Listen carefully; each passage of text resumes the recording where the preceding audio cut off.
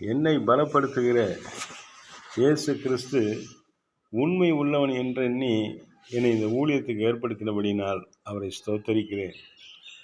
உண்மை உள்ளவன் என்று இந்த ஊழியத்தை கர்த்தர் கொடுத்திருக்கிறார். கர்த்தருக்கு ஊழியம் செய்கிற அருமையான கர்த்தருடைய பிள்ளைகள் எத்தனையோ தியாகங்களை செய்து ஊழியத்தை செய்கிறவர்கள் உண்டு. எத்தனையோ போராட்டங்கள் மத்தியில், பசியில், வியாதியில், பற்றாக்குறையில், தங்க இடம் இல்லாமல், சரியான உடைகள் இல்லாமல், பிள்ளைகளை படிக்க வைக்க முடியாமல், திருமணம் செய்து கொள்ள முடியாமல், பிள்ளைகளுக்கு திருமணம் செய்து வைக்க முடியாமல், ஒரு சரியான ஒரு அடிப்படையான வாகனம் கூட இல்லாமல் இன்றைக்கி கஷ்டப்படுற எத்தனையோ பேர் உண்டு. ஆனால் இதெல்லாத்த விட ஒரே ஒரு காரியம், உண்மை உள்ளவர்களாக இருக்கணும். கர்த்தருக்கு உண்மை உள்ளவர்களாக இருக்கணும். நாம் சார்ந்திருக்கிற சமுதாயம் இந்த மக்களுக்கு உண்மையாக இருக்கணும். நம்ம கையில் கொடுக்கப்பட்டிருக்கிற மந்தையாகிய ஜனங்களுக்கு நாம் உண்மை உள்ளவர்களாக இருக்கணும். கர்த்தருக்கு உண்மையாக இருக்கிற பொழுது கர்த்தர் நம்மை ஆசீர்வதிப்பதற்கு எந்த தடையுமே இல்லை. ஊழியம் என்பது ஒரு ஜனங்களுக்காக நம்மை மாற்றிக்கொள்வதல்ல. ஒரு குறிப்பிட்ட ஜனங்கள் தங்களுடைய பாரம்பரியங்களை, தங்களுடைய மரபுகளை சபைகளை கொண்டு வருவாங்க. அதை நம்ம ப்ராக்டிஸ் பண்ணக்கூடாது. கர்த்தர் வேத வசனத்தில் எப்படி சொல்லி ஊழியம் செய்ய சொல்லியிருக்காரோ அந்த வசனத்தை, அந்த காரியங்களை நம்ம ஊழியத்தில் ப்ராக்டிஸ் பண்ணி அந்த காரியத்தை தான் ஜனங்களுக்கு பழகுவிக்கணும்.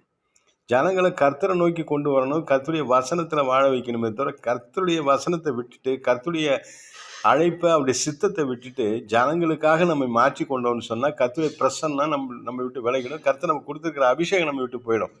அப்போ நம்ம கர்த்தருக்கு ஊழியம் செய்யலை, ஏதோ ஒரு மனிதர்களை திருப்திப்படுத்துறது, மனிதர்களுக்கு வேலைக்காரங்களாக நம்ம மாறிடுவோம். கர்த்தருடைய அபிஷேகம் இல்லாமல் கர்த்தருடைய ஊழியத்தை செய்கிறது மனுஷங்களுக்கு செய்கிற ஒரு சர்வீஸ் ஆகிடும், ஒரு பணி ஆகிடும், ஒரு வேலையாகிடும். ஆனால் கர்த்தர் சொல்ல வசனம் அந்த ஜனங்க இருதயத்தில் பதியணும். ஜனங்க நித்திய ஜீவனை நோக்கி நடத்தப்படணும். ஜனங்க நித்திய ஜீவனுக்கு போகாமல் அவங்க மனதை நம்ம சந்தோஷப்படுத்துறது, அல்லது அவங்க மனசை பிரியப்படுத்துறது, அவங்களுக்கு ஏற்ற வார்த்தைகளை பேசுவது என்பது கொஞ்ச நாள் இருக்கும்.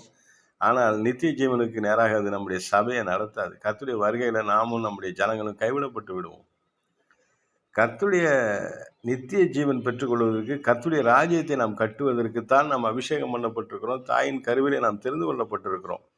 ஆகவே ஜனங்களை ஒரு குறைந்த நேரம் உள்ள சந்தோஷப்படுத்துறதை விட நித்திய சந்தோஷத்துக்கு நேரம் நடத்தணும். கொஞ்ச நேரம் அந்த 1 மணி நேரம் ப்ரேயரில், 1.5 மணி நேரம் ஜெபத்தில், பிரசங்கத்தில் அல்லது ஆராதனை நேரத்தில் அவங்க சந்தோஷப்படுத்துறதை விட நித்திய சந்தோஷம், நித்திய மகிழ்ச்சி அவங்களுக்கு கொடுப்பதற்கு தான் நம்ம அழைக்கப்பட்டிருக்கிறோம். ஆகவே கர்த்தருடைய வேத வசனங்களை எடுத்து உண்மை உள்ளவர்களா நம்மை பலப்படுத்துகிறவர் அவர் தான். மனுஷன் நம்மை பலப்படுத்த முடியாது. ஆகவே இந்த வசனத்துடைய ஆரம்பத்திலே சொல்லுது, என்னை பலப்படுத்துகிறேன்.